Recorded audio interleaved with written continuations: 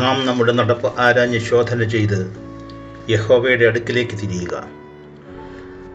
നാം കൈകളെയും ഹൃദയത്തെയും സ്വർഗസ്ഥനായ ദൈവത്തിലേക്ക് ഉയർത്തുക. പ്രാർത്ഥിക്കാം. കരുണാപൂർണനായ ദൈവമേ, ഈ നിമിഷത്തിൽ ഞങ്ങൾ നിൻ്റെ വചനത്തിന് മുൻപിൽ തലകുനിക്കുന്നു. ഞങ്ങളുടെ ഹൃദയം തുറന്ന് നിൻ്റെ ശബ്ദം കേൾക്കാൻ ഞങ്ങളെ ഒരുക്കണമേ. ഞങ്ങളുടെ വഴികളെ പരിശോധിക്കാനും ഞങ്ങളുടെ തെറ്റായ വഴികളിൽ നിന്നും തിരിഞ്ഞു വരാനും കരുണ കാണിക്കണമേ. യേശുവിൻ്റെ നാമത്തിൽ പ്രാർത്ഥിക്കുന്നു. ആമേൻ. പ്രിയരേ, നമ്മൾ നോമ്പിൻ്റെ പാതി വഴിയോട് അടുത്തിരിക്കുന്നല്ലോ. ആരംഭത്തിൽ ഉണ്ടായിരുന്ന ആത്മീയ ഉത്സാഹം ഇപ്പോഴും നമ്മിൽ ജ്വലിക്കുന്നുണ്ടോ, അതോ പതുക്കെ മങ്ങിയോ? വിലാപങ്ങൾ 3-ാം അധ്യായം 40-41 വാക്യങ്ങളിൽ പറയുന്നത്, നാം നമ്മുടെ നടപ്പ് ആരാഞ്ഞ് ശോധന ചെയ്ത് യഹോവയുടെ അടുക്കിലേക്ക് തിരിയുക എന്നാണ്. നമ്മുടെ വഴികളെ അന്വേഷിച്ച് പരിശോധിച്ച് യഹോവയുടെ അടുക്കിലേക്ക് തിരിയുക. അതിൻ്റെ അർത്ഥം നോമ്പ് മറ്റുള്ളവരെ വിലയിരുത്താനല്ല, അത് നമ്മുടെ ഹൃദയത്തെ കണ്ണാടി പോലെ മുന്നിൽ നിർത്താനുള്ള സമയമാണ്. 39-ാം വാക്യത്തിൽ പറയുന്നു, മനുഷ്യൻ ജീവനുള്ളെന്ന് നെടുവീർപ്പിടുന്നത് എന്തിന്? ഓരോരുത്തൻ താൻ താങ്കളുടെ പാപങ്ങളെക്കുറിച്ച് നെടുവീർപ്പിടട്ടെ. ആ നെടുവീർപ്പ് പശ്ചാത്താപമായി മാറണം. അതിന് എന്താണ് ആവശ്യമായിട്ടുള്ളത്? പ്രാർത്ഥന. ദൃഢതയോടെ, ഏകാഗ്രതയോടെ വചനം വായിക്കുക, പഠിക്കുക. ആ ദൃഢതയും ഏകാഗ്രതയും എങ്ങനെ പ്രാപിക്കാം?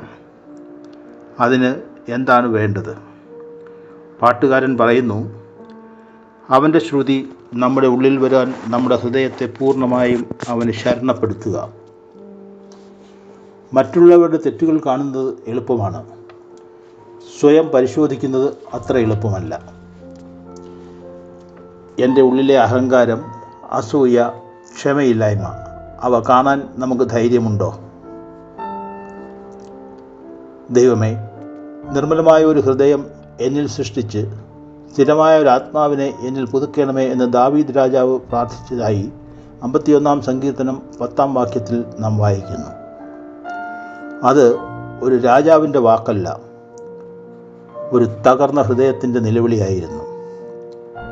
ഇന്ന് നമുക്കും ആ നിലവിളി ആവശ്യമുണ്ട്. അത് ആത്മപരിശോധനയ്ക്ക് ധൈര്യം നൽകുന്നു. അതാണ് പ്രവാചകൻ നാം നമ്മൾ നടപ്പ് ആരാഞ്ഞ് ശോധന ചെയ്ത് എന്നുകൊണ്ട് ഉദ്ദേശിക്കുന്നത്. രണ്ടാമതായി പ്രവാചകൻ പറഞ്ഞത് ആത്മപരിശോധന ചെയ്യാൻ മാത്രമല്ല, പിന്നെയോ യഹോവയുടെ അടുക്കിലേക്ക് തിരിയുക എന്നാണ്. തിരിഞ്ഞു വരിക എന്നതാണ് പ്രധാന വാക്ക്. പരിശോധിച്ചിട്ട് മാറ്റമില്ലെങ്കിൽ അതിന് അർത്ഥമില്ല. നമ്മുടെ ജീവിതത്തിൽ ചില മേഖലകൾ ദൈവത്തിന് വിട്ടുകൊടുക്കാതെ നാം പിടിച്ചു വെക്കുന്നുണ്ടോ? സ്വയമായി ഒന്ന് പരിശോധിച്ച് നോക്കൂ. ഒരു പഴയ വിരോധം, ഒരു മറഞ്ഞ പാപം, അതുമല്ലെങ്കിൽ ഒരു മുറിവേറ്റ ബന്ധം. ഒരിക്കൽ കൂടി പരിശോധിച്ച് നോക്കുക. ഇന്ന് ദൈവം നമ്മോട് പറയുന്നു, തിരിഞ്ഞു വരിക. ദൈവം ശിക്ഷിക്കാൻ കാത്തിരിക്കുന്നവനല്ല, അവൻ ചേർത്ത് പിടിക്കാൻ കാത്തിരിക്കുന്ന പിതാവാണ്. അതുകൊണ്ട് മടിക്കേണ്ട. നമ്മെ തന്നെ, നമ്മുടെ വഴികളെ ശോധന ചെയ്ത് യഹോവയിലേക്ക് തിരിയുക. മൂന്നാമതായി പ്രവാചകൻ പറയുന്നു, നാം കൈകളെയും ഹൃദയത്തെയും സ്വർഗസ്ഥനായ ദൈവത്തിലേക്ക് ഉയർത്തുക. ഹൃദയത്തോടുകൂടെ കൈ ഉയർത്തുക. വചനത്തിലെ മറ്റൊരു മനോഹരമായ ചിത്രം. നമ്മുടെ ഹൃദയത്തോടുകൂടെ കൈകളെയും ഉയർത്തുക. പലപ്പോഴും കൈ ഉയരുന്നു, പക്ഷേ ഹൃദയം താഴെയായിരിക്കും. ആരാധനപ്പാട്ടിൽ അധരം പാടുന്നു, പക്ഷെ മനസ്സ് വേറെയിടത്ത്.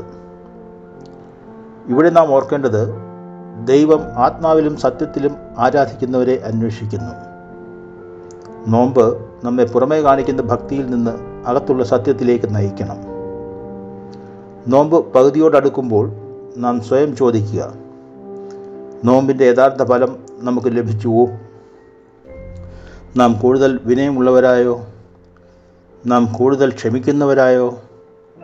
നാം കൂടുതൽ സ്നേഹിക്കുന്നവരായോ? അല്ലെങ്കിൽ വെറും ദിവസങ്ങൾ എണ്ണി കഴിച്ചോ? നോമ്പ് ഒരു കലണ്ടർ പരിപാടിയല്ല, അത് ഹൃദയപരിവർത്തനത്തിൻ്റെ യാത്രയാണ്. പ്രിയരെ, ഇന്ന് ദൈവം നമ്മെ കുറ്റപ്പെടുത്തുന്നില്ല. അവൻ നമ്മെ വിളിക്കുന്നു. നിൻ്റെ വഴികളെ പരിശോധിക്കൂ, നിൻ്റെ ഹൃദയം തുറക്കൂ, എന്നിലേക്ക് തിരിഞ്ഞു വരൂ. ഇപ്പോൾ ഈ നിമിഷം നിശബ്ദമായി നമുക്ക് ഓരോരുത്തർക്കും ഹൃദയം പരിശോധിക്കാം. പ്രാർത്ഥിക്കാം. കരുണാനിധിയായ പിതാവേ, ഞങ്ങളുടെ വഴികളെ പരിശോധിക്കാൻ ഞങ്ങൾക്ക് ധൈര്യം തരണമേ. ഞങ്ങളുടെ അഹങ്കാരം തകർക്കണമേ. ക്ഷമിക്കാനാകാത്തവരോട് ക്ഷമിക്കാൻ ശക്തി തരണമേ. മറഞ്ഞിരിക്കുന്ന പാപങ്ങളിൽ നിന്നും ഞങ്ങളെ മോചിപ്പിക്കണമേ.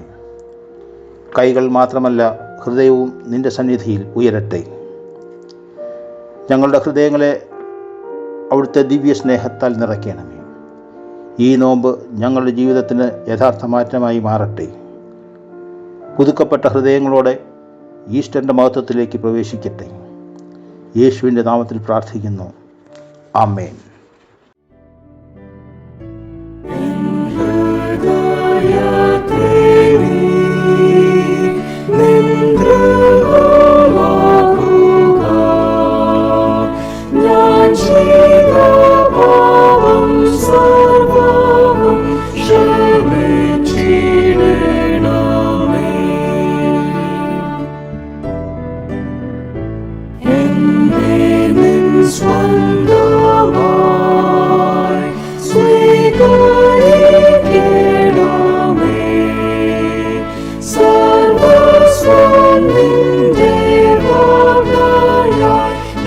God.